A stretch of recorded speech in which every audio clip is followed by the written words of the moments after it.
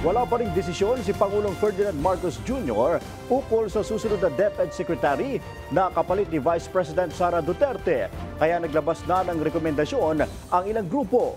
Mungkahi nila huwag mag-appoint ng politiko. Sa halip dapat ay eksperto sa edukasyon at may malasakit sa mga guro at mag-aaral. May balitang A to Z si Ace Cruz.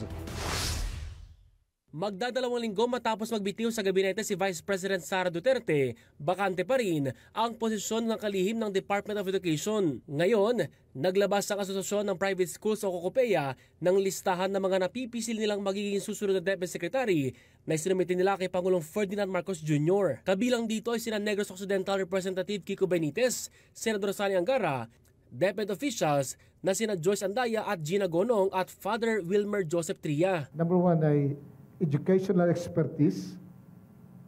Secondly, track record of managing, administering, and overseeing a department. Thirdly, the capacity and the ability to advance partnership and complementarity between government sector in terms of education and private education sector.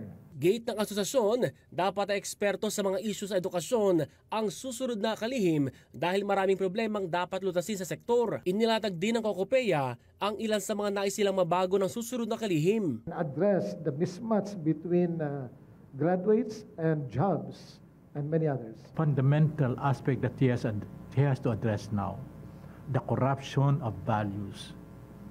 And if that is not in the agenda of the secretary who will be incoming, he would not have a firm ground on whatever he would have to propose. Sinabi naman ni Senador Angara na bukas siyang magsilbi sa gabinete pero wala pa siya natatanggap na alok mula sa Pangulo. And then see if the president needs us, then we'd like to help him also. We're helping him in the Senate, so if we can help him in other ways, why not? Sa kabila nito, wala pang desisyon ng Pangulo sa susunod na magiging DepEd Secretary dahil kailangan anya maging maingat dito. Gate naman ng Teachers Dignity Coalition, dapat ay hindi politiko ang susunod na kalihim. Hindi politiko.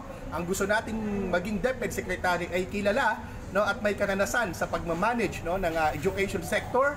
No, at pangatlong gusto nating maging sekretary ay may pusong guro at naging guro. Umaasa ang grupo na siseryosohin ng Pangulong pagkilatis ng mga nirekomendang pangalan para mayangat ang sektor edukasyon at ang kapakanan ng mga guro at estudyante. Para sa Balitang A to Z, Ace Cruz.